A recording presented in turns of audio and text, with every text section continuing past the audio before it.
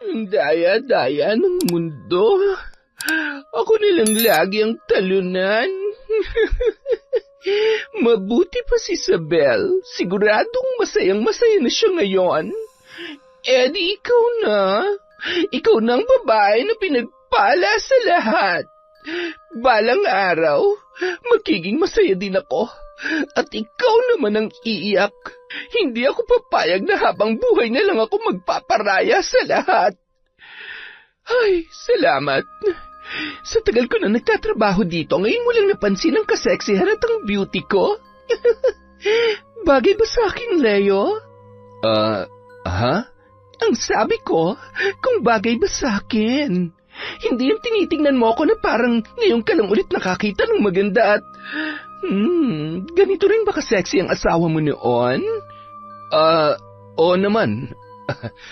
Sadya palang naiiba talaga kapag nagbubuntis ang babae. Aba, ilusyonadang babae ito Masyadong matapang. Kinukulang pa ata sa sakit. Sige, pagbibigyan kitang lintik ka. Ano pa ba? Gagawin kitang diyosa ng mga tsaka. Mahal, maawa ka. Alam mo namang mahal na mahal kita, di ba? Pinagsisisihan ko ng lahat ng mga nagawa ko. Natukso lang ako.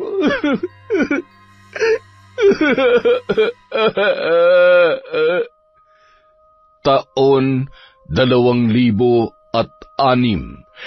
Quezon.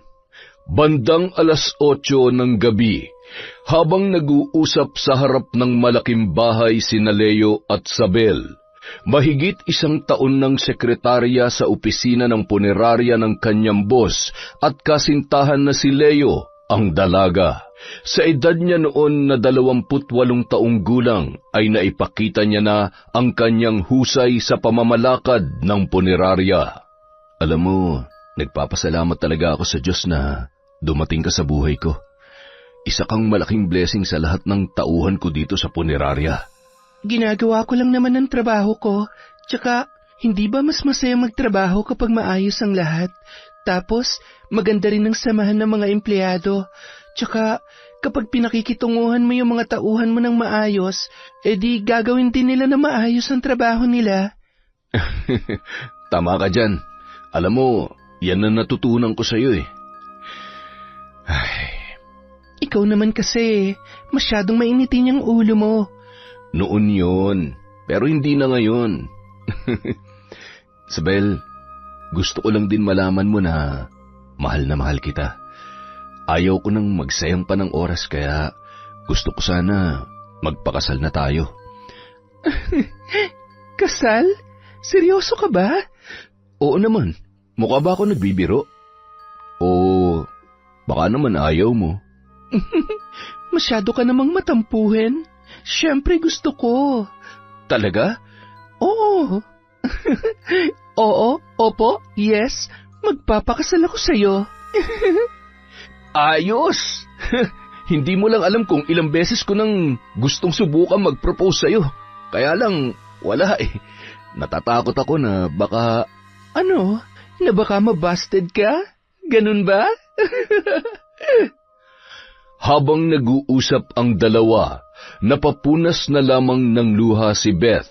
Si Beth ay matalik na kaibigan ni Sabel. Sabay silang nakapasok bilang mga empleyado ng nasabing punerarya. Ngunit dahil sa magkaibang abilidad nila pagdating sa trabaho, ay agad na na-promote ang kaibigan niyang si Sabel kesa sa kanya. Bago pa lamang sila noon, ay alam niya na sa sarili niya na may pagtingin siya sa kanilang among si Leo. Ngunit hindi niya naman magawang aminin ang kanyang nararamdaman, lalo na't si Sabel ang napupusuan ng binata. Patakbong pumasok sa kanilang kwarto si Beth at nag-impake ng mga gamit. Nadatnan pa yun ni Sabel, kaya naman labis na nagtaka ang dalaga. Beth, bakit ka nag-iempake? May problema ba? Pasensya na. Alam kong biglaan, pero kailangan ko na talagang umuwi. Pero bakit? Maayos naman ang trabaho mo dito, Besh, ikaw yon, ako hindi. Ano, habang buhay na lang ako magtsatsaga na makipag-usap sa mga patay habang minimakeupan ko sila. Nakahanap na ako ng malilipatan. Total, close naman kayo. Jowa mo naman yung boss natin eh. Ipagpaalam mo na lamang ako sa kanya. Pero, sinong kapalit mo? Kung hindi naman sana biglaan, di, ayos lang yon. Hindi ko na problema yan. Total, magaling ka naman eh. Maaasahan ka sa lahat ng bagay. Di, gawan mo ng paraan. Kung gusto mo, ikaw na lang muna para hindi ka nakaupo lang maghapon. Bes naman, bakit ba parang pakiramdam ko may galit ka sa akin? Ano ba nangyayari? May ginawa ba akong mali? May nasabi ba akong hindi maganda sa'yo? Bes, sabihin mo na lang, hindi ang bigla na lang ganito. Hindi ka naman dating ganyan Hindi ko naman yata kailangan magpaliwanag sa'yo. Huwag ka mag-alala, kaibigan pa rin naman kita. At saka, para sa'yo din naman itong gagawin ko. Dapat magpasalamat ka pa nga sa akin eh. O paano? Tapos na ako rito. Huwag ka mag-alala, tatawagan pa rin naman kita. At kapag ikakasal ka na, imbitahan mo na lang ako, ha? Ay, oo na. Makakalimutan ba naman kita? Basta mag-iingat ka, ha? Kapag nagbagong isip mo, kapag gusto mong bumalik ka lang. Buntong hininga na lamang at matabang ng ngiti ang itinugon sa kanya ni Beth. Sabay lumabas na yun sa kwarto at tuluyan ng umalis. Sinundan pa yun ni Isabel sa labas dahil hindi mawala sa kanya ang mag-alala para sa kanyang kaibigan. Pumasok ka na doon. Huwag mo na akong sundan. Dahil kahit ano pang gawin mo, buo na ang desisyon ko. Hindi ako galit sa'yo. Mag-iingat ka palagi dito, ha? Nang makalabas si Beth sa tarangkahan, ay tinitigan niya ang bahay at ang katabi nitong punerarya. Yun ang nagsilbi nilang tahanan ni Isabel sa loob ng mahigit 1 taon. Sabay silang pumasok, ngunit hindi pareho ang kanilang kapalaran. Pakiramdam ni Beth nung mga oras na yon ay napag-iwanan na siya at higit sa lahat, nawalan na rin siya ng pag-asa na makuha ang atensyon at pagmamahal na pinapangarap niya mula kay Leo. Sumakay si Beth ng tricycle papuntang bus terminal na bibiyahe sa karatig lalawigan kung saan nakatira ang kanyang ama na si Istoy. Hindi sila magkasundo ng kanyang tatay dahil sa pagiging lasenggo nito at hindi makontrol ang sarili kapag nalalasing, mas pinili niya na lamang na magtrabaho. Siguro naman, makakahanap rin ako agad ng malilipatan na trabaho. Kahit tindera, labandera, at kahit hindi kasing laki ng sahod ko dun sa punerarya, okay lang. Ay, galit kaya si tatay sa akin? Bahala na nga. Nang makarating yun sa kanilang bahay, bandang 11:00 na ng gabi, kumatok siya ng kumatok, ngunit wala namang sumasagot. Kaya naman, pumunta na lamang siya sa gawing likod at doon dumaan sa may maliit na awang sa kusina. Yari sa kahoy ang pader at pawid naman ang bubong ng kanilang bahay. Bakas na ang kalumaan maging sa mga kagamitan. Nang tanggalin niya ang kanyang sapatos ay ramdam niya ang makapal na alikabok sa sahig na semento. Walang kuryente at tanging degaserang ilaw lamang ang nagbibigay ng liwanag sa loob ng bahay nung gabing yun. Amoy na amoy niya ang alak sa loob ng kabahayan at nang sumilip siya sa kwarto ay nakahiga sa sahig ang kanyang tatay Istoy na noon ay lasing na lasing at tulog na. Agad niya yung nilapitan at tinapik sa balikat. Tay, gising! Kailangan niyo hong lumipat sa katre at malalamig ganyan likod niyo. Kaya niyo pa bang bumangon? Aalalayan ko kayo. Huwag mo akong galawin at nahihila ko lahat, lintik ang bata ka. Natutulog ang tao pinakikilaman mo. Sino ka ba? Tay naman, si Beth Huto. Ano? Si Beth? Wala siya dito. Nilayasin na ako ng anak ko, saksakan ng tigas ng ulo. Iniwan na nga ako ni nani niya, tapos pati siya, iniwan ako. Kung ayaw nila sa akin, di ayaw ko rin sa kanila. Huwag na silang babalik. Kaya ko naman mag-isa. Ay.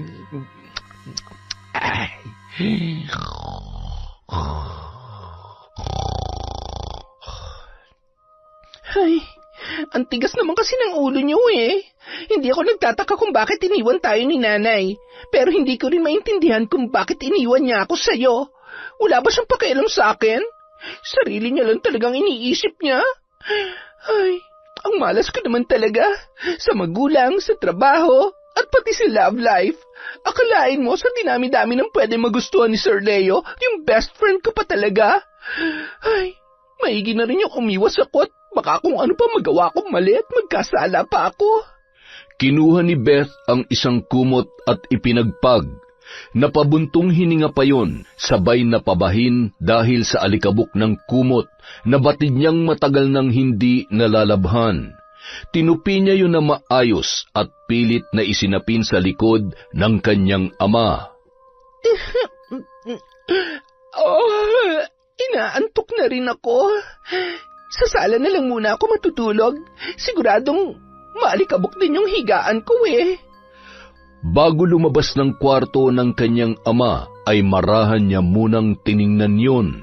Bahagya naman siyang nakaramdam ng awa para kay Mang Istoy.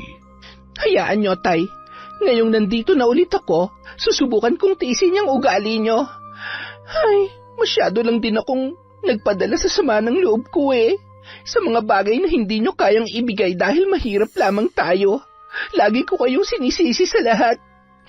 Nahihirapan lang din po ako sa buhay na meron tayo, Tay. Pasensya na kayo. Ay. Nang makalabas ay kinuha niya ang walis tambo at winalisan ang pahabang upuan na yari sa kawayan sa kanilang sala. Yung dala niyang bag na rin ang ginawa niyang unan. Hindi rin naman siya gaanong nakatulog ng gabing yon. Bukod sa maraming lamok, ay marami ring sumasagi sa kanyang isipan. Bandang 5:00 ng umaga ay bumangon na siya para maglinis at magligpit sa buong kabahayan. Lumabas siya at bumili ng kape at tinapay sa tindahan, di kalayuan sa kanilang bahay. Nakapag-init na rin siya ng tubig at inilagay sa termos. Habang pawis na pawis sa pagpupunas ng basang-basahan sa sahig, ay narinig niya naman ang sunod-sunod na pag-ubo ng kanyang ama.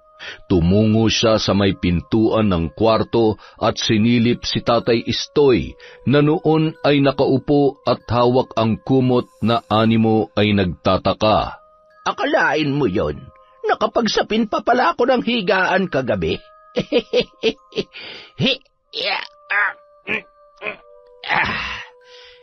Tay, mabuti naman at gising na kayo. Halina ho kayo, magkape na tayo. Oh, nandito ka pala talaga.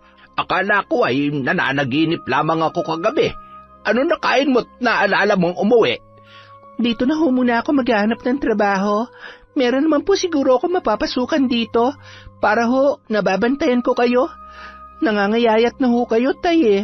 Wala na ho yata kayong ginawa kundi uminom na lang ng uminom. Alak na lamang ang nagpapasaya sa akin. Kaya pabayaan mo na lamang akong uminom. Tsaka na ako magpapahinga kapag wala na akong pambili. Maganda ang ani, kaya marami akong pambili ng alak. Ay, kaya ayaw ko kayong padalhan ng pera eh. Alam ko na sa alak niyo lang uubusin. Bakit mo naman ako padadalhan eh? Hindi naman ako nang hihingi sa'yo. Ay, halina nga ho kayo, magkape na tayo para naman mawala na yung epekto ng alak sa inyo. Abat, baka naman lagnating ka kapag pinagtimpla mo ako ng kape. Sus, ang sabihin nyo, namimiss nyo na ako na timplahan kayo ng kape. Aminin. Oy, wag mo akong dinadaan sa ganyan, ha? Akala mo ba hindi ko naaalala kung paano mo ako tinakasan kasama si Isabel? Nang makapwesto si Mang Istoy sa may katamtamang laki ng hapagkainan, agad na kumuha yon ng tinapay at nagpatuloy sila sa pagkukwentuhan. Kasi naman ayaw niyo akong payagan kaya ayun, tumakas na lang ako. Huwag niyo na ho akong pagalitan. Tsaka kahit papano nakaipon naman ho ako doon. Gusto ko po kasing ipaayos tong bahay natin. Aba, Mabuti naman dahil kapag tag-ulan ay bumabaha na dito sa loob ng bahay. Buti nung kabataan ko ay kaya ko pa yung akyatin at ayusin. Ay, ipagawa na lang ho natin sa iba. Baka mamaya mahulog pa kayo at mabalian dyan. Magkakaproblema pa tayo. Ay, siya nga pala. Kumusta si Isabel? Umalis na rin ba siya doon? Magkasama ba kayong umuwi? Hindi ho. Ay, ito na ho yung kape nyo. Inumin nyo na. Huwag na ho nating pag-usapan si Isabel. Bakit naman? Dati wala kang ibang bukang bibig kundi Sabel. Aba, mabait ang batang yun. Inaway mo ba? Ako talaga? Hindi Bakit ko naman siya aawayin? Naiinis lang ako. Yung boss kasi namin naging boyfriend niya. Kaya from janitress, ayun, naging secretary habang ako nagme-makeup ng mga patay. Tsaka, kahit di ko naman sabihin, alam niya naman yata na may gusto ko kay Leo pero nung niligawan siya, tinanggap niya pa rin. Ay, ikakasal na nga sila Aba, mabuti naman at mapapaayos ang buhay niya. Huwag ka na magalit. Kaibigan mo yun Pwede niyong pag-awayan ng kahit na ano, wag lang dahil sa lalaki. Aba, napakarami pang lalaki dyan. Kung si Isabel ang gusto ng leon na yun, di humanap ka na lamang ng tigre. Leo ho, hindi ho leon. Ay, pero, yun nga ho tay. Kesa mamatay ako sa sakit na makita silang masaya, di umalis na lang ako. Samantala, ano kayang nangyari kay Beth? Wala man lamang pasabi kung bakit. Naumay na siguro sa ginagawa niya. Hindi ko nga rin gets kung bakit Basta, parang may nagbago sa kanya. Sinubukan ko namang pigilan pero ayaw niya talaga Ay, hayaan mo na mahal. Tatawagan ko na lamang yung bagong nag-a-apply nung nakaraan. Nanghihinayang lang ako lalo na't gamay na gamay niya na yung trabaho dito sa atin. At magaling siya mag-makeup ng bangkay Kaya nga Pero hayaan na lang muna natin siya. Kapag na-miss ako noon, babalik din yun dito. Samantala, makalipas ang 3 araw na paghahanap ng trabaho, ay agad naman natanggap si Beth bilang tagapangalaga ng isang matanda. Nag-uulyanin at umaaktong bata. Hindi niya yun maiwan-iwan hanggat hindi pa umuuwi ang amo niya sa trabaho na si Nico. Beth, pasensya na, medyo mahirap alagaan si tatay dahil sa kondisyon niya. Pero huwag ka mag-alala, babawi ako sa'yo. Buti nga, nagustuhan ka niya Kapag hindi niya kasi gusto nagbabantay sa kanya, sa unang araw pa lang nagwawala na yan. Mukha nga hong nagustuhan niya ako, kaya lang, maya't maya naman akong tinatawag. Naku, baka nagagandahan sa'yo si tatay. Naku naman, sir. Hindi ko po siya masisisi. Marami na ho nagsabi niyan sa akin. Ay, siya nga pala. Kung nahihirapan kang bumiyahe sa araw-araw, huwag ka nang umuwi sa inyo. Kapag linggo ng umaga na lang dahil wala naman akong pasok, ihahatid na lang kita. Sige po, sir. Wala naman pong problema sa akin. Tsaka, huwag mo na lang akong tawaging sir. Hindi naman nalalayo ang edad natin Halika, kain muna tayo. Ganito ako lagi dito. Wala akong panahon magluto kaya puro bili. Isa pa, hindi rin naman ako marunong. Ganun ba? Huwag kayong mag-alala. Pwede ko naman kayong ipagluto. Naging maayos naman ang trabaho ni Beth hanggang sa makaramdam na siya ng pagod sa ginagawa ng matanda. Basa diaper! Mabaho! Beth! Mabaho na! Palitan mo ako diaper! Beth! Hay, ano ba? Sandali lang naman. Ang kulit-kulit mo talaga kahit kailan. Kapag hindi ka tumigil sa katatawag, iiwanan kita. Tatapusin ko lang tong paghuhugas ng mga pinggan. Huwag ka magkakalat dyan, ha? Kalat?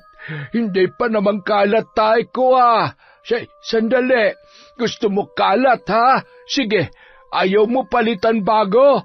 Ako natanggal nito. Baho! Beth, iligo na ako. Bilis na! Ay, ano ba naman? Ang kulit-kulit talaga. Sabi ng sandali lang Oo na, sandali lang. Nang puntahan ni Beth ang matanda sa kwarto, ay napasigaw siya sa inis at halos masuka sa napakabahong amoy. Buisit ka talaga, matanda ka. Wala ka na bang alam gawin kundi pahirapan ako?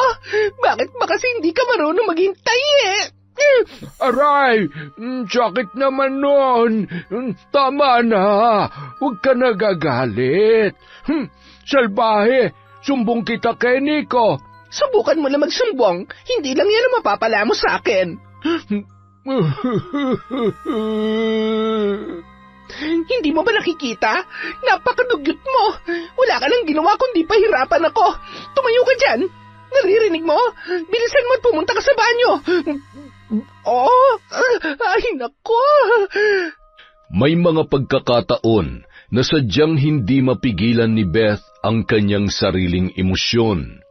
Kung minsan masaya siya, pero kung may simpleng bagay na makakatrigger sa kanya, ay bigla na lang magbabago ang kanyang emosyon, dahilan para masaktan niya ang matanda. May mga pagkakataon na napapansin niya na rin ang kanyang sarili, ngunit pinagsasawalang bahala niya lamang yun. Iniisip niya na marahil pagod lamang siya sa pagtatrabaho. Isang araw, matapos maihatid ni Nico ang dalaga, ay agad naman yung nagpasalamat. Salamat ho sa paghatid. Aagahan ko na lang ho bukas. Sige Beth, walang anuman. Napaayos nyo na pala yung bahay nyo? Maganda, ang preskong tingnan. Pinapalitan ko lang ho yung pawid at ilang lumang tabla. Yan po kasi ang gusto ni tatay para mapresko daw. Salamat ho sa tulong ninyo. May kuryente na rin ho kami. Walang anuman. Sige, bukas na lang ulit ha. Siguro naman, nandun ka na bago ako pumasok sa trabaho. Opo, sigurado po yan. Sige na, ingat po kayo.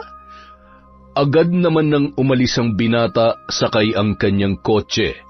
Kumakaway pa yun kay Beth na natanawan naman ni Mang Istoy. Ano yan ha? Alin ho, tay? Yung mga ngiti at pakaway-kaway na ganon. Tay naman, pati ba naman yon bibigyan nyo ng mali siya? Malamang nagpapaalam lang ho yung tao. Sus, sa edad ko to, hindi mo na ako maloloko, oy. Umaming ka nga sa akin. Nagkakaigihan na ba kayo nung... Bakit, tay? Bawal ba kung sakali? Mabait naman ho si Nico at saka ang cute kaya niya. Yun nga lang. Ay... Pagod na akong alagaan yung ulyanin niyang ama. Nakakainis, nakakadiri na, at ubus ng pasensya ko. Yun naman pala eh. Bakit ka pa nagtsatsaga doon? Dahil kay Nico? Malamang, malay niyo kapag wala na yung matanda, di si Nico na lang ang asikasuhin ko. Baka naman kapag wala na yung matanda, mawalan ka na rin ng trabaho. Hindi yan. Alam nyo, nararamdaman ko, konting-konti na lang, aamin na sa akin yung si Nico. Siya, mabuti kung ganun. Basta wag ka masyadong umasa at baka masaktan ka lang. Alam mo, minsan kami mga lalaki, iba yung pinapakita namin sa nararamdaman namin. Mahirap basahin ang utak ng isang tao. Kaya kung ako sa'yo, hanggat hindi pa mismong galing sa bibig niya na may gusto siya sa'yo, kalma mo lang yung puso mo. Mahirap umasa sa wala, anak. Hay, hindi ko alam kung concerned ba kayo sa akin o binibigyan niyo ako ng dahilan para magising sa pagiging delulo ko. Delulo? Ano yun? Ngayon ko lang narinig yun ah. Minumura mo ba ako? Ay, hindi ho. O ayan tay, pambili niyo yan ng pagkain ha? Uulitin ko, pambili ng pagkain, hindi pambili ng alak. Huwag niyo nang pilitin ang katawan niyong magtanim at baka magkasakit pa kayo. Kotang-kota na ako sa pag-aalaga sa matanda. Ayaw mo lang akong alagaan eh. Ay, pero kung sakali man, hindi na ako magpapaalaga sa'yo, kaya huwag mo akong problemahin. Pasensya na, parang mamamatay talaga ako kapag hindi ako nakatikim ng alak, lalo ako nanghihina. Baka naman pwede mo tong dagdagan ng pang 1 4 kantos. Ay, sadya ba talaga makulit kapag matanda na? Ayan po, 1 lang ha, tapos matulog na. Ayaw! Salamat anak ha. Bahagya pang pinisil ni Tatay Istoy ang ilong ni Beth. Napatulala naman bahagya si Beth habang pinagmamasdan papalabas ng kanilang tarangkahan ang kanyang ama. Madalas kasi yung ginagawa sa kanya ni Mang Istoy nung siya ay bata pa. Ay, kahit si tatay na ang pinakapasaway na tatay sa buong mundo, mahal na mahal ko pa rin talaga siya. Siguro nga may mga bagay na hindi ko lang maintindihan noon. Paano? Sino ba naman ang matutuwa sa tatay na araw-araw na lang lasing at galit sa mundo? Nang makapasok sa loob, napansin niya na malinis ang buong bahay. Aba, very good naman ang tatay ko ah. Nagbagong buhay. Bumabait na nga yata. Sa kabilang banda, Mang Homer, kumusta? Pauwi na ho kayo? Opo, madam. Bakit po? Pakiabot naman po to kay Popoy. Sabi po kasi ni Gilbert, nilalagnat yung anak niya. Mga prutas ho yan, pinabili ko kay Leo sa bayan. Hindi ko na kasi naabutan si Gilbert, mukhang umuwi na ng mas maaga. Nako, maraming salamat ho. Napakabait niyo po talaga. Siguradong matutuwa po si Popoy nito. Walang anuman ho, Mang Homer. Sige na po, umuwi na po kayo at paparating naman na ho yung kapalitan ninyo. Nakangiting umalis si Mang Homer, bit-bit ang mga prutas na nakalagay sa isang may katamtamang laking supot. Mahal, pahinga ka na. Anong oras na Baka mamaya masobrahan ka sa pagod. Alam mo naman, bawal sa buntis ang masyadong napapagod. Huwag ka mag-alala. Kayang-kaya ko naman, mahal. Tsaka, kailangan maayos ang lahat bago ang kasal natin para makapag-focus tayo. Ang misis ko talaga, oo. Masyadong hands-on sa trabaho. Oy siya, basta pag nakaramdam ka ng pagod, magpahinga, ha? Opo, huwag kang mag-alala. Hindi ko pababayaan tong anak natin. I love you. I love you too, mahal. Kayo ng baby natin. Ay. Oh, bakit? Naalala ko lang si Beth. Hindi ko kasi makontakt. Kumusta na kaya siya, no? Mukhang nagpalit na ng number o baka busy lang talaga siya. Baka nga busy lang sa bago niyang trabaho. Ay, gusto ko sana nandito siya sa kasal natin eh. Wala na akong magulang at siya lang naman na nag-iisang kaibigan ko kaya gusto ko sanang... Mahal, kung gusto niyang pumunta sa espesyal na araw natin, pupunta talaga yon. Pero kung ayaw niya, hayaan na lang natin. Alam mo ang importante, nandun tayo pareho. Isa pa, ganun talaga. Hindi lahat ng taong mahalaga sa atin ay mananatili sa buhay natin. Lalo na kapag usapang kaibigan. Hindi natin hawak ang isip nila at hindi tayo nakakasiguro kung hanggang kailan tayo importante sa buhay nila. Sabagay, ganun na nga siguro. Tsaka napapansin ko na rin talaga na habang tumatagal ay nagbabago na siya sa pakikitungo sa akin. Siguro nananawa na siya. Mula high school ba naman magkasama na kami. Ay, ewan ko ba? Basta namimiss ko lang talaga yung kaibigan ko. Tama na yan. Huwag ka na masyadong malungkot at baka paglabas ng baby natin nakasimangot yan. Sige ka. Ay, loko ka talaga. Ito na nga, hindi ko na lang muna iisipin ang mga bagay-bagay. Mukhang kailangan ko na nga rin magpahinga. Agad namang hinatid ni Leo si Isabel sa kanilang kwarto. Mula nang umalis si Beth ay nagpasya na si Leo at Isabel na magsama bilang mag-asawa.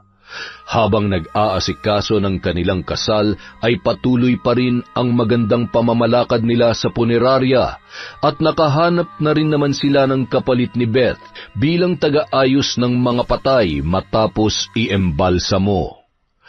Makalipas ang ilan pang linggo, nang marinig ni Beth ang busina ng sasakyan ni Nico ay agad siyang sumilip sa bintana. Dahil sa maghapong pagod sa pagtatrabaho ay siguradong mapapawi yon kapag nasilayan niya na ang maamong muka at magandang ngiti ng binata. Teka, sinong babae? Hindi pwede mangyari to. Hindi siya pwede magkagusto sa iba. Napakuyumyon ng palad at pilit na pinipigilan ang kanyang luha. Nilingon nun ang mahimbing na natutulog na matanda. Hindi ako makakapayag na mauuwi lang sa wala ang lahat ng pagsasakripisyo at pagtitiis ko dito para sa iyo, Nico. Hindi ako makakapayag na maagaw ka ng babaeng yan sa akin. Nang makapasok si Nico kasama ang kanyang kasintahan, pinili na lamang ni Beth na manatili sa kwarto ng matanda. Hindi yun mapakali at pasilip-silip sa dalawa na noon ay masayang-masaya na nagkukwentuhan. Hindi na napigilan pa ng dalaga ang kanyang luha nang makita niya ang suot na singsing ng babae at marahan pa yung hinagkan ni Nico sa labi. Psst! Ano sinisilip mo dyan? Umiiyak ka ba? Ako? Umiiyak? Hindi Bakit naman ako iiyak? Napuwing lamang ako. Matulog ka na nga lang dyan. Umiiyak ka Umiiyak ka Gutom na ako. Gusto kong manood ng TV sa sala. Ano? Bawal. Hindi pwedeng lumabas, may bisitang anak nyo. Hindi kayo nakaligo kanina kaya dito lamang kayo. Huwag kayo makulit tatamaan kayo sa akin. Yumuko na lamang ang matanda, sabay tumalikod sa dalaga. Salbahe! Salbahe! Anong binubulong-bulong mo dyan? Salbahe! Abat! Halos mapatakbo si Beth sa matanda para takpan ang bibig noon. Nang marinig naman ni Nico ang sigaw, ay nagpaalam muna yon sa kanyang kasintahan.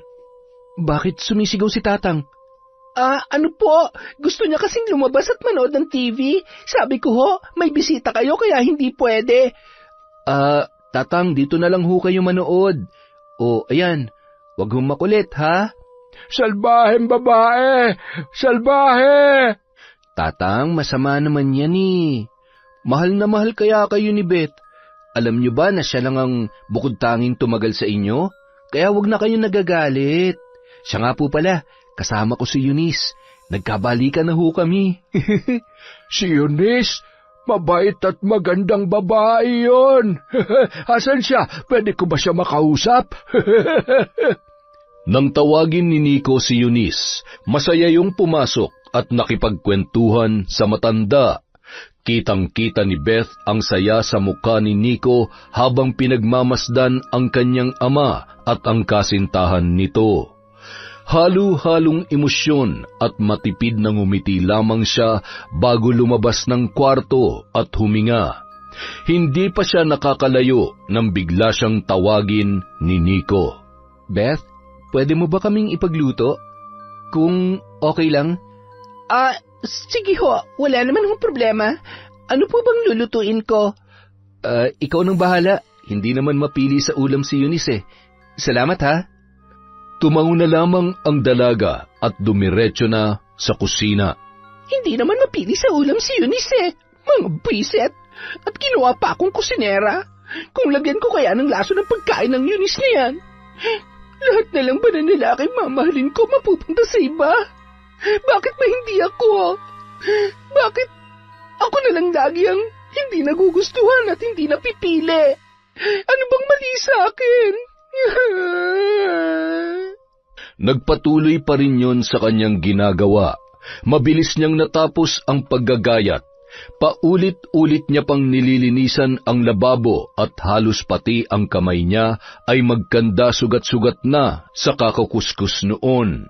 Mabilis ang paghinga at ramdam na ramdam niya ang pamumula ng kanyang muka.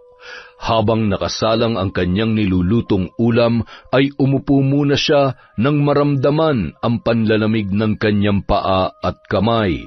Halos masuka pa siya nang maramdaman niya ang paninikip ng kanyang dibdib.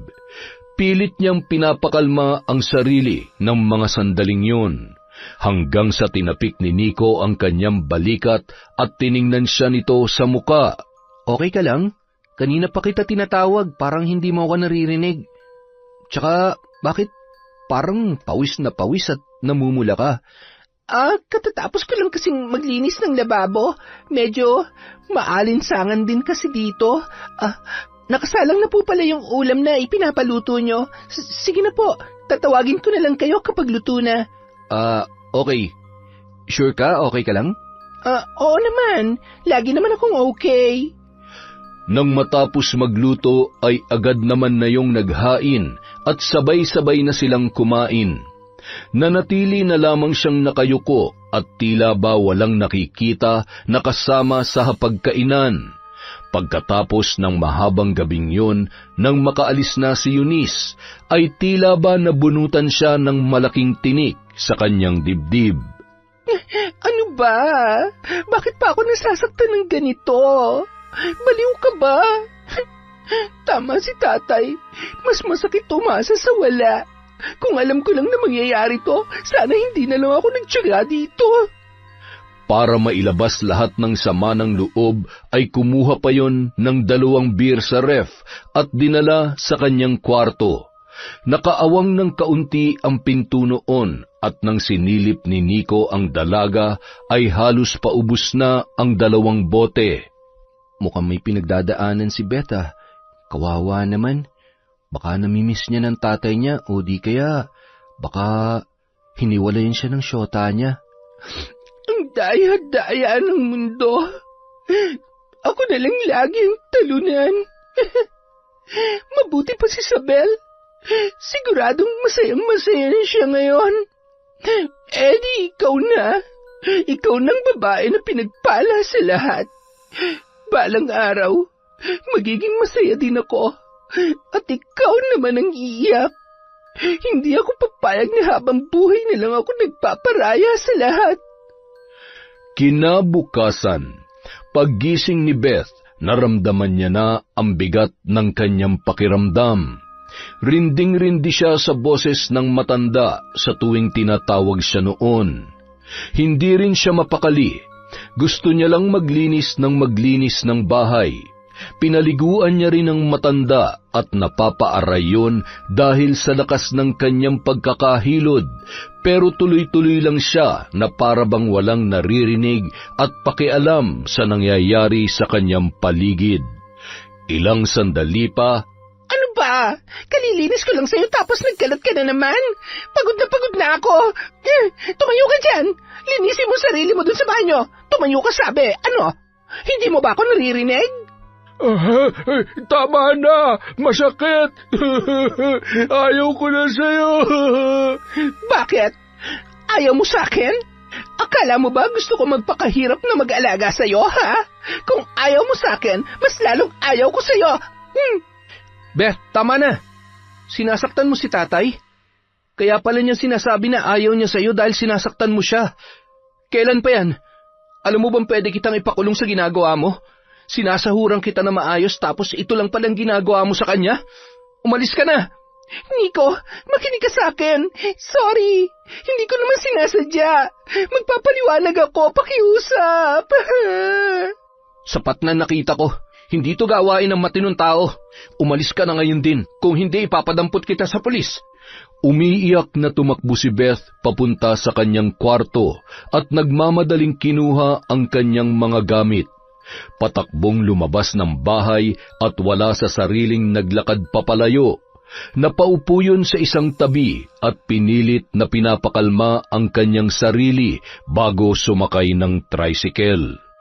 10:00 na ng gabi nang siya ay makarating sa kanilang bahay.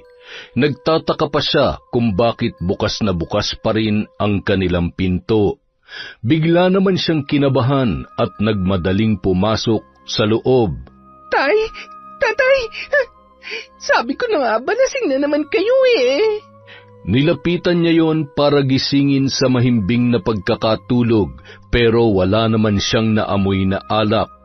Napakunot noo ang dalaga at hinawakan ang kanyang tatay Istoy, na noon ay malamig na. Tatay, huwag naman po kayo nagbibiro ng ganyan. Tay, gumising ka. Kailangan ko kayo, tay.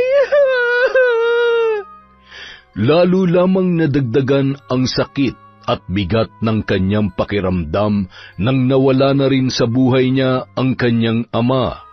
Sa huling pagkakataon, habang patuloy sa pagpatak ang kanyang mga luha, ay nangako siya sa puntod ng kanyang ama na yun na ang huling beses na siya ay iiyak. Ang daya niyo naman, tay. kung kailan naman maayos na tayo tsaka nyo naman ako iniwan. Pero huwag kayong mag-alala. Katulad nyo, sanay din ako mag-isa. Pangako, Tay. Ito na ang huling beses na iiyak ako. Hindi ako papayag na maging habang buhay na talunan. Kukunin ko kung ano nararapat sa aking buhay. Isinusumpa ko yan. Makalipas ang 1 linggo, matapos mailibing si Mang Istoy ay muling bumalik sa punerarya si Beth. Nang makita yun ni Isabel ay agad siyang sinalubong ng mahigpit na yakap. Sabi ko na nga ba babalik ka? Nagkatotoo ang panaginip ko. Kamusta ka na? Bakit parang ang payat-payat mo ngayon? May problema ba? O ay ka, Besh, kalma. Okay lang ako. Pero mas masaya kung may babalikan pa akong trabaho dito. Oo naman. Sakto naghahanap ako ng kapalit ko. Kailangan kong magpahinga muna sa pagtatrabaho dahil masela ng pagbubuntis ko. Buntis ka? Akalain mo yon? Hindi ko agad napansin. Akala ko tumaba ka lang talaga eh. Teka, ano nga ang sabi mo? Naghahanap ka ng kapalit mo bilang sekretarya? Tama ba? Oo, yun na nga. At syempre dapat kilala at mapagkakatiwalaan namin ni Leo. Buti na lang talaga bumalik ka. Nako, baka naman hindi ko kaya yan ha? Hindi naman ako kasing galing mo. Huwag ka mag-alala, nandito pa rin naman ako para turuan at i-guide ka. Kung hindi naman ako, nandyan naman si Leo. Nasaan na nga ba yun? Siguradong matutuwa siya kapag nakita ka. Oh, ayan na pala. Ang ganda naman ng ngiti ng mahal ko ah. Oy, teka. Nandito ka pala. Kaya naman pala Akala ko naman kung sino ng magandang aplikante ang dumating. Ano, ready ka na ba ulit magtrabaho dito? Oo naman. Wala naman akong inaatrasan Basta ba tuturuan mo ko? Ay, ang ibig kong sabihin, kung tuturuan niyo ako mag-asawa sa mga dapat kong gawin, siguradong matututo ako agad. Walang problema. Babakapan ka namin itong best friend mo. Wala kailangan mag-ingat para sa aming baby. Siya nga pala, sayang hindi ka nakadalo sa kasal namin noong nakaraan. Talaga? Kasal na pala kayo?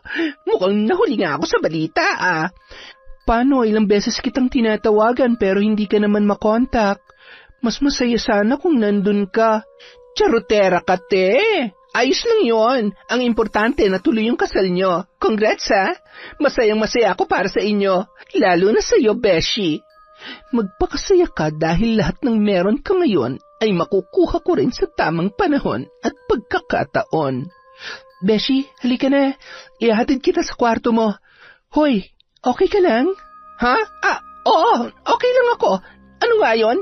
Ang sabi ko, ihahatid kita sa kwarto mo. Sabayan mo rin muna ako magmerienda at nagugutom na naman ako. Masyadong matakaw tong inaanak mo Mahal, ikaw na munang bahala dyan ha. Sige mahal, take your time. Sigurado marami kayong pag-uusapan. Matapos mailagay ni Beth ang kanyang gamit sa kanyang silid, niyaya yun ni Isabel sa kanilang kwarto para ipakita ang mga larawan nila noong kasal. Ayan, tingnan mo. Ang ganda, diba? Pero mas masaya at mas maganda sana kung kasama ka namin dyan. Okay lang yon, Besh. Ang importante, masaya ka pa rin naman at natuloy ang kasal nyo. Tapos ngayon, magkakababy ka na. Ang bilis ng panahon. Totoo yan, Besh. Kaya ikaw, mag-asawa ka na rin. Huwag mong problemahin ang love life ko. Pasasaan ba't isa sa mga araw nito, makukuha ko na rin ang gusto kong lalaki. At kapag nagkataon, hindi ko na siya pagkakawalan pa. Pagkatapos nilang magkwentuhan ay tumungo naman sila sa kusina para kumain. Habang nagkukwento si Isabel ng kung ano-ano ay lumilipad naman ang isip ni Beth at nagpaplano ng mga susunod niyang gagawin. Makalipas ang ilang buwan, tuluyan nang lumaki ang tiyan ni Isabel. Nasa 8 buwan na yon, habang lumalaki ang tiyan nito ay ramdam niya na ang hirap ng unang pagbubuntis. Sinabayan pa kasi yon ng pagkakaroon niya ng mga pantal sa katawan na natural lang na nararanasan ng ilang nagbubuntis. Nawalan din ito ng gana sa mga nakagawian nilang gawing mag-asawa dahil pareho silang abala sa kanilang trabaho. Madalas kapag pumapasok sa kwarto nila ay mahimbing nang natutulog si Isabel at nadidismaya naman si Leo kapag nakikita niya ang mga butlig sa katawan ng kanyang asawa. Isang gabi, bandang 8:00, bagong ligo si Beth at halos maligo na rin yun sa pabango. Malayo pa ay humahalimuyak na sa opisina at nakarating ang amoy noon sa iba pang silid. Isang matamis na ngiti ang bumungad kay Leo habang naglalakad papalapit sa mesa niya ang babae. Oh, may lakad ka ba? Bakit parang may date ka yata? Ang sexy mo naman masyado. Ay, salamat. Sa tagal ko nang nagtrabaho dito, ngayon mo lang napansin ang kaseksihan at beauty ko. Bagay ba sa akin, Leo? Ha? Ang sabi ko kung bagay ba sa akin. Hindi yung tinitingnan mo ako na parang ngayon ka lang ulit nakakita ng maganda at... ganito rin ba kaseksi ang asawa mo noon? Ha? Oo naman. Sadya palang naiiba na talaga kapag nagbubuntis ang babae, no? Sa true, pero okay lang naman yan.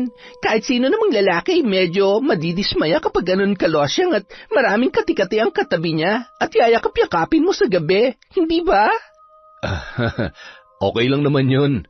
Babalik din naman yan sa normal kapag nakapanganak na siya at mahalagaan niya rin naman ulit ang sarili niya. Ang sabihin mo, pabaya lang din talaga siya sa katawan niya. Alam mo, nababasa ko yung isip mo ngayon. Meron kang kailangan na hindi niya kayang ibigay sa'yo, hindi ba?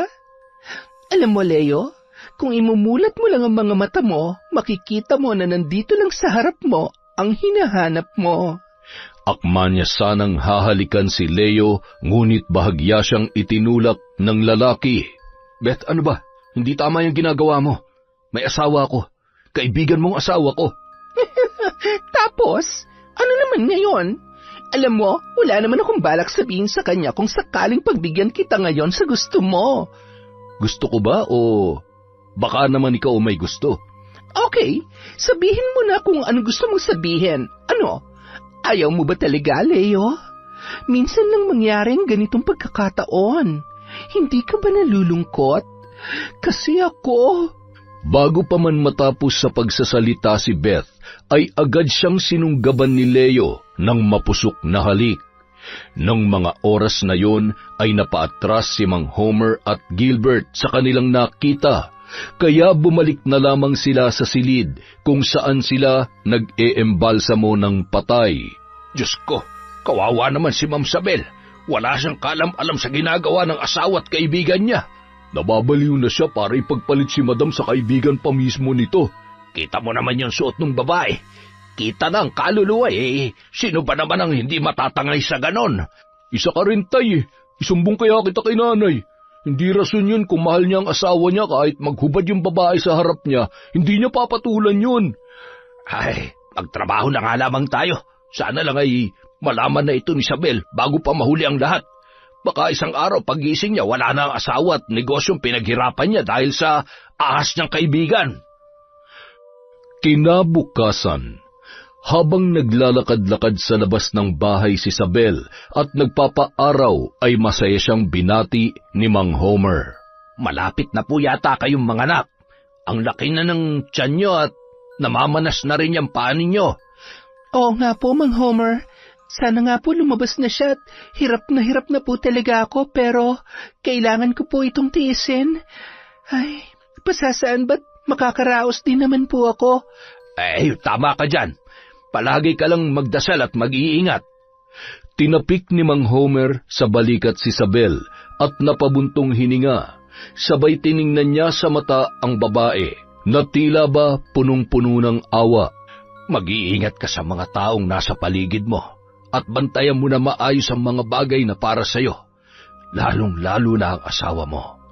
Agad nang umalis ang matanda na noon ay pauwi na.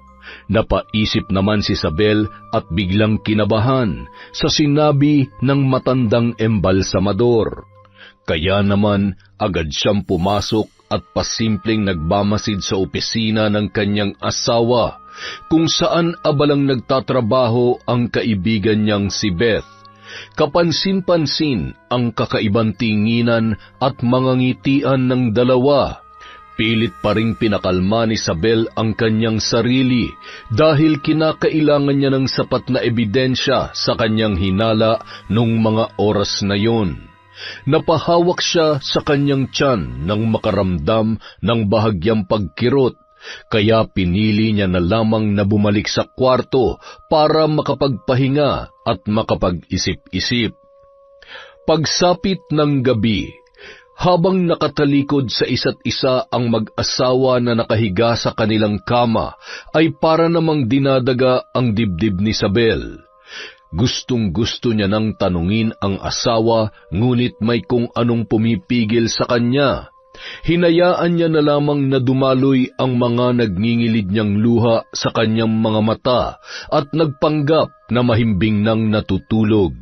Maya-maya, dahan-dahan niyang naramdaman ang pagtayo ni Leo sa pagkakahiga at dahan-dahang binuksan ang pinto. Makalipas ang ilang minuto ay lumabas din si Isabel kahit pa nanginginig ang kanyang mga tuhod sa kaba at takot sa posible niyang malaman sa gabing yun. Dinala siya ng kanyang mga paa sa silid ng kanyang kaibigan at dahan-dahan niyang binuksan ang pintuan. Agad niyang sinugod ang kanyang asawa na noon ay wala ng pangtaas na damit na nakikipaghalikan kay Beth na wala ng saplot. Mga hayop! Mga taksil! Mahal, sandali lang. Magpapaliwanag ako. Paano mo ipapaliwanag ang lahat ng ito? Ano yung ginagawa niyo, ha? At ikaw babaeng malandi ka. Pinagkatiwalaan kita at higit sa lahat kaibigan kita. Paano mo nagawa sa akin to? Masyado ka namang madamot, Isabel. Hindi ba pwedeng ako naman na maging masaya ngayon? Dapat mapalagi na lang ikaw. Ngayon, alam mo na ang pakiramdam ng maagawan at maging talunan. Isa kang traidor. Mga traidor kayo sa buhay ko. Pagbabayaran niyo ito. Ipapakulong ko kayo, mga immoral. Ah, ganon. Ipapakulong pala, ha? Halika dito. Papatayin muna kita bago ako makulong. Tumama ng malakas ang ulo ni Isabel sa tukador bago natumba at paulit-ulit pa yun inuntog ni Beth. Hinila naman ni Leo ang babae para awatin. Ano ba? Tama na. Anong ginawa mo? Kapag hindi ko siya pinatay, makukulong tayo pareho. Makukulong tayo dahil sa ginawa mo. Nag-iisip ka ba? Buntis ang asawa ko. Teka nga, bakit ba parang ako lang ang may kasalanan dito? Pareho naman natin ginusto nangyari, ha? Mahal, sorry. Gumising ka. Patawarin mo ako. Tigilan mo na yan. Ngayon ka pa ba makukonsensya? Kailangan natin gumawa ng paraan. Walang pwede makalam sa nangyari dahil sigurado mabubulok tayo sa kulungan. Pero hindi akong pumatay sa kanya. Kapag nakulong ako, sisiguruhin ko na magkasama tayo. Ilalaglag kita. Ngayon mamili ka. Gagawan natin ng paraan to o mabubulok tayo pareho sa kulungan. Wala nang nagawa pa si Leo kundi sumunod na lamang sa mga sinasabi ni Beth.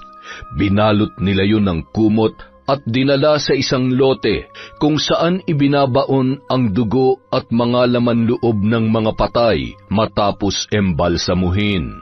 Bilisan mong paghukay at baka may makakita pa sa atin dito. Beth, hindi to kakayanin ang konsensya ko. Mahal ko si Isabel at ang anak namin. Tumigil ka na, pwede ba?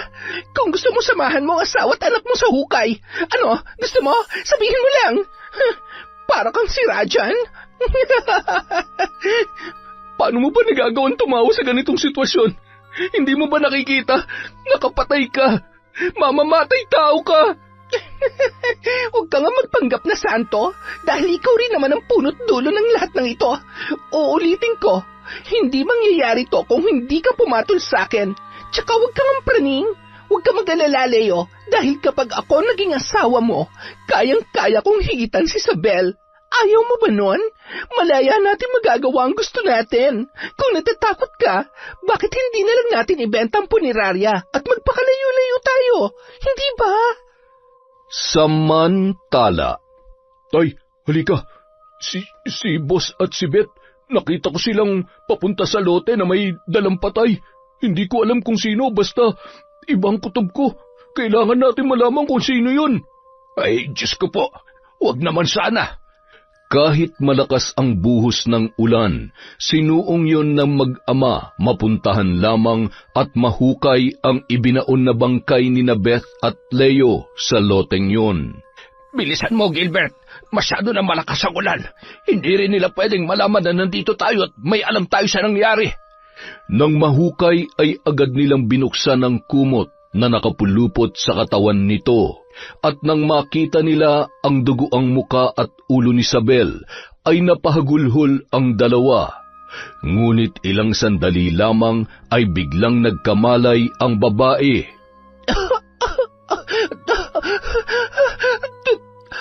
Tulong! Tay, buhay pa siya. Kailangan ko po siya madala sa ospital. Ako na po ang bahala. Ayusin niyo na lamang ho ito para hindi nila malaman na buhay pa si Ma'am Isabel. Pagkatapos, bumalik na kayo kaagad. Sige na, iligtas mo ang buhay na mag-ina. Pasusunurin ko na lang doon ang nanay mo. Diyos ko, kayo na po ang bahala kay Isabel at sa batang nasa sinapupunan niya. Nang sumunod na araw, maayos naman ho ang resulta ng mga test namin sa inyo, ngunit ikinalulungkot ko, Mrs. Ginawa namin ang lahat ng aming makakaya, ngunit wala na talagang buhay ang bata sa inyong sinapupunan. Hindi totoo yan. Hindi pwedeng mawala ang anak ko. Hindi. Ang baby ko. Ma'am, may dahilan po kung bakit nangyayari ang lahat ng ito. Sa ngayon, magpasalamat na lang po tayo sa Diyos na ligtas po kayo. Kailangan mong tulungan ang sarili mong bumangon, Isabel. Dahil kung gusto mong pagbayarin ng mga walang pusong may gawa ng lahat ng ito, kailangan mong maging matapang at malakas na harapin sila. Huwag mong hayaang malunod ang sarili mo sa lungkot at galit. Gamitin mo ito para bumangon at pagbayarin sila sa kanilang mga kasalanan. Makalipas ang isang linggo, isang malungkot na balita ang ipinaabot ni Leo sa mga tauhan nila matapos niyang kausapin ang mga yon. Hanggang sa ngayon, hindi ko pa rin matanggap ang nangyari. Ginawa ko naman ng lahat para mailigtas ang mag-ina ko pero wala na sila. Pasensya na lamang kung hindi ko na naiuwi dito ang bangkay nila dahil ayaw ko na makita pang pinaglalamayan ng asawa at anak ko. Pero alam ko kung nasan man sila ngayon, lalo na si Isabel. Sobra-sobra siya nagpapasalamat sa inyong lahat. Dahil sa nangyari, nagpasya ako na isara na lamang ang puneraryang ito. Kailangan ko ng sapat na panahon para kalimutan ang mga nangyari sa amin. Hindi ko akalain na magagawa mo ito sa sarili mong asawa. Wala kang konsensya. Siguradong pagsisisihan mo lahat ng ito, Leo. Napakasama mo. Oh, ano bang tinutunga-tunga nyo? Magselis na kayo. Wala naman ang utang na sahod sa inyo si boss kaya wag na kayong malungkot. Kung ako sa inyo, bukas na bukas din, maghanap na kayo ng bagong trabaho. Mabuti ka pa. Parang hindi ka namatayan ng matalik na kaibigan. Bakit? Kailangan ba maglupasay pa ako sa iyak? Tsasera kang matanda ka. Umuwi ka na nga. Hay! Kinagabihan. Ito po lahat ng papel at yung bag na ipinakuha ninyo. Buti at hindi nila napansin na wala ako habang nagmi-meeting sila. Salamat, Gilbert. Maraming salamat. Malaking bagay ito para makuha ko lahat ng meron si Leo. Isa pa, hindi ko hahayaang makinabang ang kabit niya. Akala siguro nila matatakasan nila ang lahat. Mga baliw. Ngayon tingnan ko lang kung paano sila makakawala sa sarili nilang patibong. Kinabukasan, Matapos limasin ni Isabel ang lahat ng pera sa bangko kung saan nakalagay ang pera ng punerarya at hawak niya na rin ang mga ATM nilang mag-asawa, ay isang bagay pa ang pinagkaabalahan nila ni Aling Diday. Asawa yon ni Mang Homer.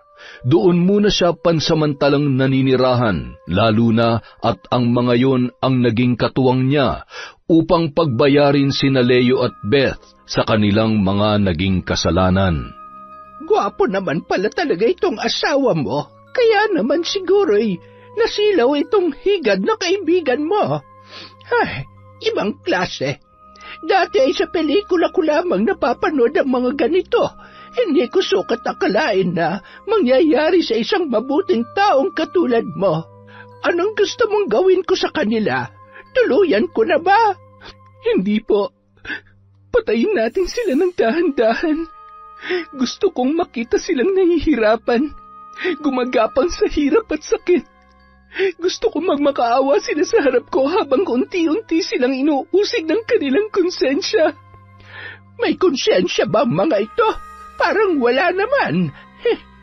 Huwag ka mag-alala, ako ang bahala. Ipapatikim ko sa kanila ang tripleng balik ng mga taksil at naging dahilan ng pagkamatay ng anak mo. Sige na, magpahinga ka na. At bukas na bukas rin ay makikita mo na ang resulta ng iyong mga kahilingan. Samantala, nasa na yung mga gamit ni Isabel? Yung bag niya, nandun lahat. Pati yung mga importanteng dokumento nawawala din. Umamin ka nga. Pinakailaman mo ba? Ano? Mali ka ba naman dyan? Ano akala mo sa akin, magnanakaw? Nagawa mo ang pumatay eh. Magnakaw pa kaya? Wala nga akong alam. Bakit pang kulit mo? Aray ko, Leo. Ang sakit ng dibdib ko. Huwag mo ako inaartehan. Sabihin mo na lang kasi kung nasan yung... Ha? Ano yan? Mga uod at anong klaseng insekto yan? Marami pang nakabaras. Tulungan mo ako. Hindi ako makahinga. Ayoko. Takot ako sa mga ganyan. Diyan ka lang. Huwag ka lalapit sa akin. Bigla namang napaupo si Leo nang maramdaman niyang lumalawlaw ang kanyang pribadong bahagi at tila ba tinutusok ng kung anong matutulis na bagay ang mga yon. Ramdam niya na tila may humihilang puwersa sa kanyang bituka. Pareho silang nagpumalahaw sa sakit na sinabayan pa ng pagkamatay ng ilaw. Lumakas din ang ulan at sunod-sunod ang kulog at kidlat. Maya-maya pa, may naririnig na silang mga yapak at iyak ng sanggol na animoy pabalik-balik sa labas ng kwarto. Isabel, minumulto mo na ba kami? Mahal, huwag namang ganito. Nagsisisi na ako. Mahal na mahal kita. Nagkamali lang ako. Natukso lang ako, mahal. Tama na. Huwag mo naman akong pahirapan ng ganito. Ang sakit. Tama na. Ano ba? Hindi ako natatakot sa'yo. Patay ka na. Patay ka na. Hindi mo na magagawa pang agawin na magandang buhay na nararapat para sa akin. Samantala. Aba, ilusyonadang babae ito ah. Masyadong matapang. Kinukulang pa yata sa sakit. Sige, pagbibigyan kitang lintik ka. Ano pa ba? Gagawin kitang diyosa ng mga tsaka. Sweetie, tama na yan. Masyadong malakas ang ulan. Alam mo namang hindi ako makatulog kapag hindi kita katabi. Bukas mo na lamang tapusin ang pambabarang mo na yan. Sandali lamang, sweetie. Ito na nga't ililigpit ko na. Abay, pambihira naman talaga, oo. Tumanda na tayo't lahat-lahat ay hindi ka pa rin masanay na wala ako sa tabi mo. Kapag ganitong umuulan, kinakabahan akong tumabi sa'yo at baka masundan pa si Gilbert. Sus Mariosep namang misis kong ito, oo. Huwag mo naman akong pinapressure at kita mo tong likod at tuhod ko, hindi ko na nga gaanong maiunat ng husto. Kinabukasan, suot ni Isabel ang magandang bestida. May mga kasamang pulis at gayon din sina Mang Homer at Gilbert. Hinalughog nila ang buong kabahayan para hanapin sina Beth at Leo, na noon ay nasa isang kwarto at dumadaing dahil sa sobrang sakit na kanilang nararamdaman. Nagulat sila nang bumukas ang pintuan at nakita ng dalawa si Isabel. Bakit parang gulat na gulat kayo? Isabel? Oh, buti naman at nakikilala niyo pa ako. Kumusta? Yak, ano ba yan? Ano ba't napakaraming suka? Ang lansa, kasing lansa ng pagkatao niyong dalawa. Bakit buhay ka pa? May sa demonyo ka ba? Grabe ka naman. Hindi ba pwedeng may sapusa lang talaga ako? Kasi sa pagkakaalam ko sa ating dalawa, ikaw ang demonyo. Mga mamang pulis, hulihin niyo na ang mga kriminal na yan. Mahal, maawa ka. Alam mo namang mahal na mahal kita, di ba? Pinagsisisihan ko ng lahat ng mga nagawa ko. Natukso lamang ako.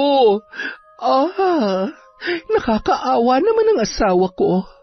Gusto ko nang maniwala dyan sa ipinagmamalaki mong pagmamahal mo.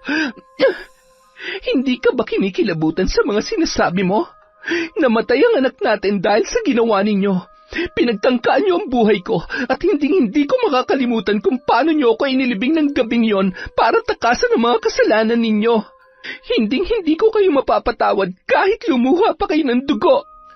Matapos sabihin ni Isabel ang mga katagang yun, nagulat naman ang mga pulis nang bigla na lang naghihiyaw ang dalawa sa sakit, kasabay ng pag-agos ng masangsang na dugo mula sa kanilang mga mata habang pinupunasan. Hindi mo pwedeng gawin sa akin to. Asawa mo pa rin ako. Bitawan niyo ako, ano ba? Tanggalin niyo to. Hayop ka, Isabel! Lumapit ka dito! Tutuluyan na talaga kita! Sorry, dahil hanggang ganyan na lamang ang kaya mo. Kahit anong gawin mo, hindi hahayaan ng Diyos na magtagumpay ang mga sakim na katulad mo. Sinira mo ang pamilya ko, pinatay mo ang anak ko, kaya magdusa ka. Mabubulok kayong dalawa sa kulungan at araw-araw ipaparamdam ko sa inyo ang kabayaran sa pagkamatay ng anak ko hanggang sa bawian kayo ng buhay. Makalipas ang 1 buwan, muling binuhay ni Isabel ang punerarya sa tulong ni Mang Homer at Gilbert. Pinabalik din nila lahat ng mga dating tauhan na matagal nang nagseserbisyo sa naturang punerarya. Hindi makapaniwala ang mga yon sa sinapit ni Isabel sa sarili niyang asawa at kaibigan. Ngunit mababakas ang tuwa sa mga mukha nila nang makitang ligtas at unti-unti nang nakakabangon ang babae. Isang araw. Mahal, ikaw ba yan? Salamat at naalala mo akong dalawin dito. Huwag mo akong hawakan. Nandidiri ako sa'yo. Tingnan mo nga yung sarili mo. Buhay ka pa pero yung katawan mo naaagnas na. Nandito ako para sabihin sa'yo na malaya na akong gawin ang lahat ng gusto ko. Pwede na ulit akong bumuo ng pamilya. Mag-asawa na hindi kasing sama mo. Yan ba talaga ang gusto mo? Wala ka man lang bang nararamdaman na awa para sa akin? Nagpapatawa ka ba? Bakit ako maaawa sa'yo? Limot mo na ba kung anong ginawa mo sa akin? Kasi ako kahit anong mangyari, nakamulat man o nakapikit, naaalala ko lahat ng kahiyupang ginawa niyo sa akin ng babaeng yon. Kinasusuklaman kita, at kahit mamatay ka man sa harap ko, ni katiting na luha walang papatak, dahil baka sakaling maibsan pang galit ko kapag tuluyan ka nang nawala sa mundong ito. Hindi ako makahinga. Tulungan mo ako. Nang makita ni Isabel ang kalagayan noon, sa halip na tulungan at maawa, ay tinalikuran niya na lang yun. Hindi ko na obligasyon kung ano pang mangyayari sa'yo. Dahil sa mata ng batas, tapos na tayo. At mula ng gabing yon, tinapos ko na ang ugnayan ko sa isang traidor na katulad mo. Matapos pumunta sa kulungan, tumungo naman siya sa isang mental hospital kung saan naroon ang dati niyang matalik na kaibigan na si Beth. Nakatulala yun at halos hindi na siya makilala. Ang unfair ng mundo. Yan ang lagi mong idinadaing sa akin noon. Pero ang totoo, kaya yun ang pakiramdam mo kasi hindi ka marunong makontento. Alam mo ba, sobrang minahal kita bilang kaibigan. Ni minsan hindi kita pinag-isipan ng masama. Para na nga kitang kapatid, di ba? Pero nagkamali ako. Akala ko pareho tayo ng intensyon sa isa't isa.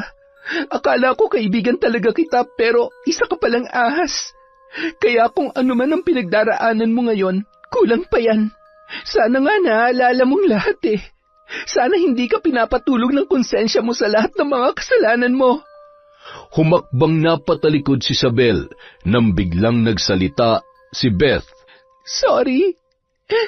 Patawarin mo ko, Isabel.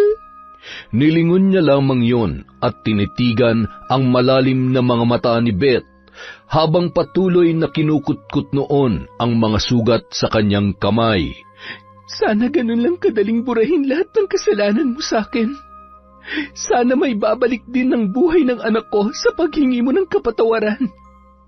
Ito na ang huling beses na magkikita tayo dahil kahit mahirap, gusto ko na magsimula ulit. Gusto ko na kayong burahin ng tuluyan sa buhay ko. Samantala. Psst! Tumahimik ka! Bakit ka ba iyak ng iyak? Isabel, ano ba? Patahanin mo nga yung anak mo. Leo, halika na. Iwanan na natin sila. Oo, ako mahal mo, hindi si Isabel. Tay, si Leo po asawa ko. Leo, huwag ka nang mahiya. Magmano ka na sa tatay ko. Hoy, baliw ka ba? Salita ka ng salita, wala ka namang kausap. Hindi ako baliw. Ikaw ang baliw. Makalipas ang 2 taon. Tita, kumusta po kayo? Bakit po parang ang lungkot nyo na naman? Hindi naman. Pagod lamang ako kaya gusto nyo po ba yakapin ko kayo? Alam nyo po, kapag malungkot, hinahag lang ako ni Tatay Gilbert tapos masaya na po ulit ako. Talaga? Patingin nga kung nakakawala ng lungkot ang hug mo. Ayan, happy na po ba kayo? Oo naman. Happy na ako. Salamat ha. Salamat kasi lagi mo akong pinapasaya. Siguro kung buhay yung baby ko, magiging kasing bait at kasing bibo mo rin siya.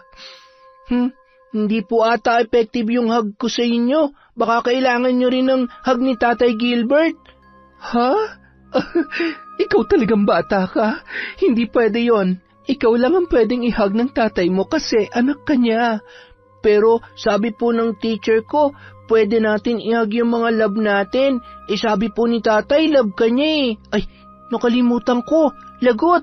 Secret pala namin yun ni tatay. Huwag niyo po akong isusumbong ha. Popoy, anak, mukhang kinukulit mo na naman ng tita Isabel mo ah. Hindi po. Sige po, pasok po muna ako sa loob. Pasensya ka na sa kakulitan ng anak ko ha. Nako, wala yon. Napapasaya niya nga ako eh. At saka, kanino pa ba naman magmamana ng kakulitan yon? Di ba sa tatay? Uy, hindi ah. Babe ako nung bata ako. Kung ganon, Eddie, hindi nga siya nagmana sa'yo. Alam mo bang may sikreto na sinabi sa akin ng anak mo? Sikreto? Ano yun? Secret nga eh. Ay, sige, pasok muna ako ha. Hoy, sandali. Saan ka pupunta? Ang torpe naman nito. Ay. Nang makapasok si Gilbert sa bahay ay nagpalakad-lakad yun at hindi mapakali. Binato yun ni Aling Diday ng maliit na unan ng kanilang sofa. Hindi ka ba titigil sa kakalakad? Abay, nahihilo na ako sa'yo. Hindi mo ba nakikitang nakaharang ka? Nanonood kami nitong tatay mo. Yan ho ba nanonood? Ang lakas na hong makahilik eh, oh. Aray! Sabi ko panoorin mo, hindi matutulog ka. Kapag ako nainis ay hahayaan kita matulog dito. Ikaw naman, Gilbert, ano ba't parang sinisilihan yung puwet mo? Wala ho. May iniisip lang po ako. Ay, aba, pumasok ka na sa kwarto mo't naaalibadbaran ako sa'yo. Yung anak mo patulugin mo na't maaga pa ang pasok noon bukas. Nakaraming katok muna yun sa kwarto bago binuksan ni Popoy na animoy kinakabahan. Poy, anak, sabihin mo nga sa akin, may sinabi ka ba kay Tita Sabel mo tungkol dun sa sikreto natin? Tatay, sorry po, kasi... Hindi ko naman po sinasadya na sabihin sa kanya. Huwag po kayong magalit sa akin. Ay, pambihira ka naman talagang bata ka, oo. Nakakahiya. Ay, matulog ka na nga. Galit po kayo, tatay. Hindi. Sige na, matulog ka na. Tingin, galit po kayo eh. Hindi nga ako galit. Galit ka, tatay eh. Sorry na po. Bah, umiyak pa talaga.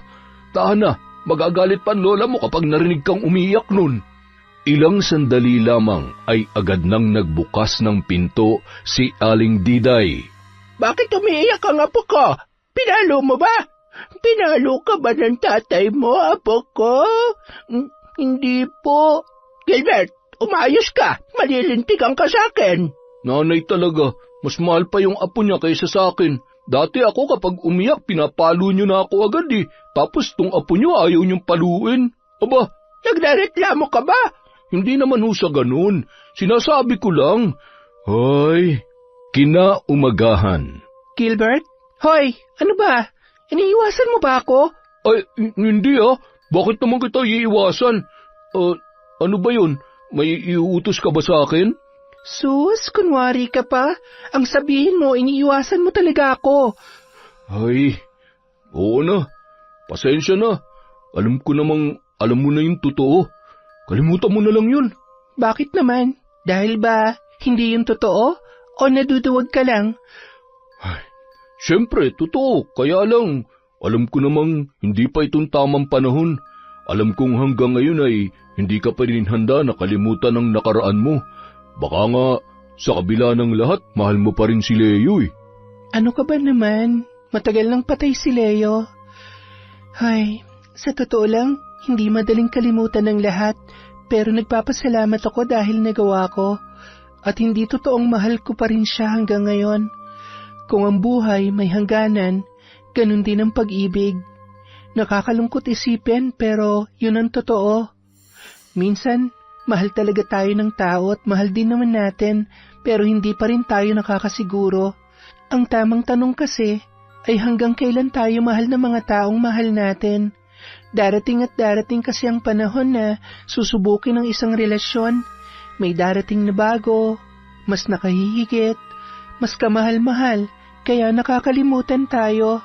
Hindi natin pwedeng ipilit na maging sapat ang sarili natin sa taong hindi marunong makontento at makita ang halaga natin bilang isang tao. Kung nagbabago at nawawala, ibig sabihin, hindi pa yung totoong pagmamahal. Kaya nga nagbago at nawala dahil baka nga may iba pa talagang para sa'yo, para sa atin. Kung sakali bang ligawan kita, tatanggapin mo ba ako? Kung sakaling tanggapin kita sa buhay ko, iiwan mo rin ba ako? Kaya mo bang manatili sa akin? Isa lang ang alam ko. Kapag nagmahal ako, mananatili ako. Alam mo, hindi lang siguro nakita ni Leo dati kung gaano siya kaswerte na ikaw ang naging asawa niya. Naging mahina lang siya, pero ako, sigurado ako sa nararamdaman ko sa'yo. Mula nung gabing hinukay ka namin ni tatay, alam ko sa sarili ko na hindi ko na kayang mawala ka pa sa paningin ko, na sana naglakas loob na agad akong umamin sa nararamdaman ko noon. Hindi mo na sana sinapit ang sakit na pinaranas sa iyo ng Leo na yun. Nangyari na ang mga nangyari. Siguro nga lahat na nangyayari may dahilan. Kung hindi man ako pinalad noon, malay mo sa pangalawang pagkakataon. Kasama ka. Isang matamis na ngiti at mahigpit na yakap na lamang ang naitugon ni Gilbert kay Isabel. Sa kabila ng takot sa nakaraan, muling sinubukan ng babae na magmahal sa pangalawang pagkakataon. Dahil sa mahal siya ni Gilbert, hindi niya na napansin na unti-unti na siyang nakakalimot sa lahat ng sakit na kanyang pinagdaanan. Muli niyang naramdaman maging buo, masaya at mahalin ng tama. Makalipas ang 3 taon, nagpakasal sila sa simbahan at hindi nagtagal ay dininig ng Diyos ang isa sa matagal niya ng hinihiling. Ninenervyos ako, sweetie. Lumabas na kaya ang apo natin? Hindi ko alam, sweetie. Ninenervyos din ako. Sana naman ay manahin ng apo ko ang kagwapuhan ko. Kahit yun na lang at wala naman akong ari-arian na may papamana sa kanya. Patingin nga ng pagmamukha mo. Ay, wag na. Hayaan mo nang manahin niya ang kagwapuhan ni Gilbert. Tutal ako naman ang kamukha ng anak natin. Hindi ka na nahiya magpamana ng itsura mong yan. Kung hindi nga kita mahal, siguradong laging sira ang umaga ko. Akalain mong sa tagal natin ay ngayon mo lamang nasabi yan. Nakakasama ka naman ng loob. Bahala ka na nga dyan. Hoy, saan ka pupunta, Homer? Abat, masyado ka namang matampuhing gurang ka. Kapag ako nainis, papatulan na talaga kita. Ay, ano ba naman kayo? Kinakabahan na nga ako ng sobra-sobra nagagawa niyo pa talaga magbangayan dito. Ang tatay mo kasi, masyadong sensitibo. Ba't nagsasabi lang naman ako ng totoo? Masyadong nag-iinarte. Nakakasakit nga naman kasi talaga kayo ng feelings, Nay. Pasensya naman. Hindi ko kayang ipilter tong bibig ko Bahala kayo. Basta ako hindi na makapaghintay na makarga ang apo ko.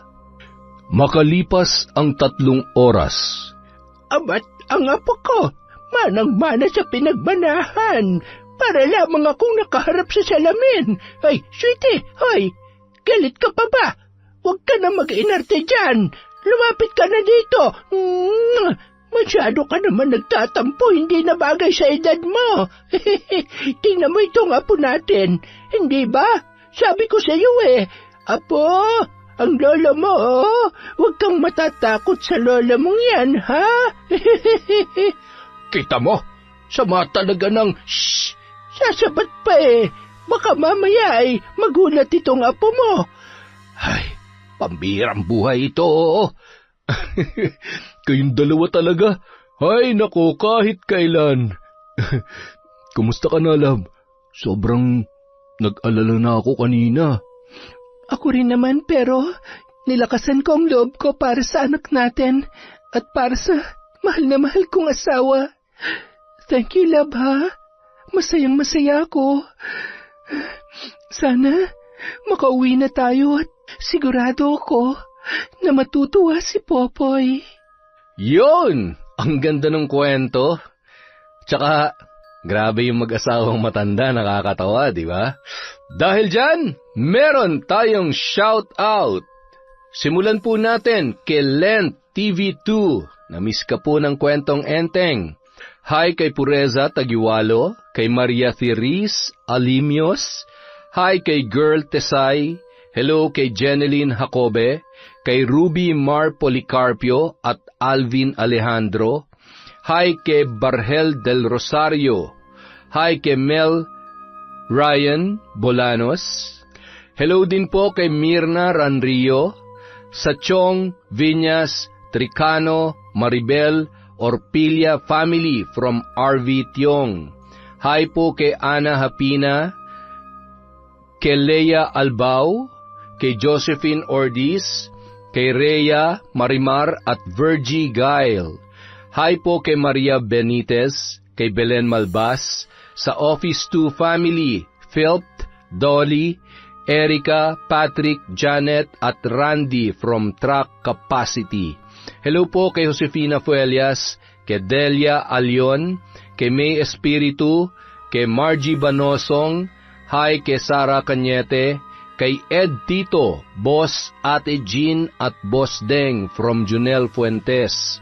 Hi po sa Eskultura Garments, kay Rin Jonah from Tata Pinoy TV. Hello po kay Rowena Loon from Kuwait. Hi kay Jubel Baldonasa, kay Kaloy Carpon, Heidi Tamidles, at si Ison Tamidles from Charson Tamidles. Hi po kay Janet Cisneros, kay Kat Burglar Cutie, kay Febe Ranyada, kay Carolina Silorio, kay Jaren Beter. Hello po kay Anily 1988, kay Celino Makiling, Dizon Valdez, Domayan Ambrosio, Abediencia, at Kakalda family from Connie Kakalda. Hello po kay Glefe Penel, kay Celestina Siguya, kay Rosalina Bagayong. Hi kay Elizabeth Dungka, kay Alma Naong, kay Mary Anyao, kay Jennifer Mauricio, kay Chris Alcantara. Hello po kay Cecil Vlog, kay Chat Advincula, Sean Fahilan, kay Jessica Rojas, kay Joe Fernando from Patrick Dordas, kay Resel Galope, kay Beth Mercado, kay Era Choi. Hi po kay Sineth Gregas. Hello kay Hira Mini. Hi po kay Shauma TV. Hi Bru, ako si Bru, kumusta ka? Hi po kay Manny Maniego, kay Mamiliana Nalugon, kay Anesita Esidto, kay Lady Sparrow Taurus. Shout out kay Amy Bug, kay Melanie Rosales from Raimundo Rosales. Hello po kay Cecil Sabroso, kay Lourdes Ali, kay Ninita Fajardo, kay Sid BDH. Hi po kay Cliven Dubalan, kay Candida De Balucos, kay Maria Lee Nakagawa, kay Jenny Espine, kay Maria Magdalena Tagakay, kay Faye Piguero, kay Bicolana Magayon, kay Doris Estander.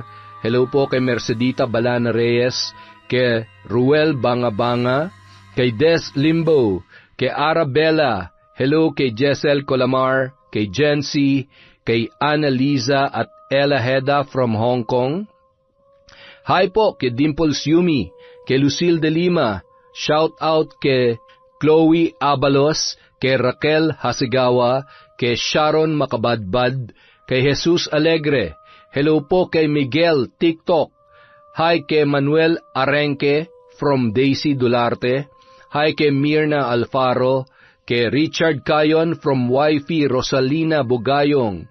Hello kay Patty Tiago, kay Emma Ruth Manyakap, sa Buendia family, Jenny May, Billy Ray at Ray Buendia from Lucy Buendia. Shout out kay Susan Mangalus from QZ. Hi kay Catherine Alinsag, kay Jocelyn Sagrado from John Paul Cataros. Hello po kay Sakinia TV. Hi kay May Espiritu, kay Malu Hapin, kay Cresilda Sotil, kay Del na high blood. Hi po kay Christy Gaitan, kay Oria Atienza, kay Jennifer Sacris. Happy birthday po sa masipag na pamangkin ni Elvira Malakas. Hi po kay Kurt Mina, kay Kuya Hamdan.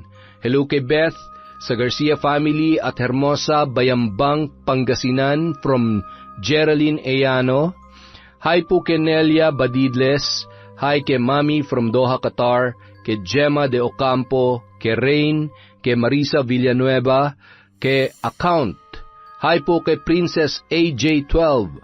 Hello kay Elsie Magsino, kay Filipina Palsario, sa Rojas family from Domeng Rojas. Hello po kay Rosana Bibit. Hi kay Jerilyn Byron, kay Lorena Mallorca from Kathleen Joyce Mallorca. Hi po kay Elizabeth Sumalinog.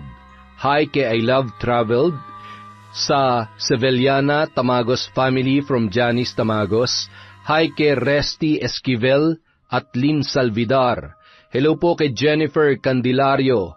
Hi kay Rachel Nishio, kay Ami Viray, kay Roxanne Ladion, kay Edna Kitts Garcia Tiokson.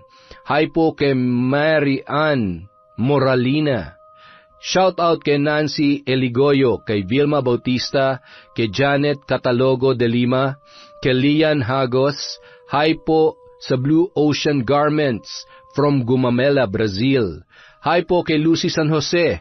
Shout out kay Sydney Crosswind, kay Connie Cruz, kay Al, Ricky, June, Elaine, Jeff, Mike, Leslie, May, at Rosalie Clemente. Hi po kay Sandra De Pedro, kay Bernadette Cruz, sa Barlita family from Anlu Barlita, kay Odeza Alfin. Hello po kay Hilario Patra Hasmin. Hello din po kay Reden Garcia and Jinky Baruga at kay Jess Ariola. Para po sa mga hindi natin na shoutout, marami pa po tayong susunod na video. Maraming salamat po mula sa Kwentong Enteng.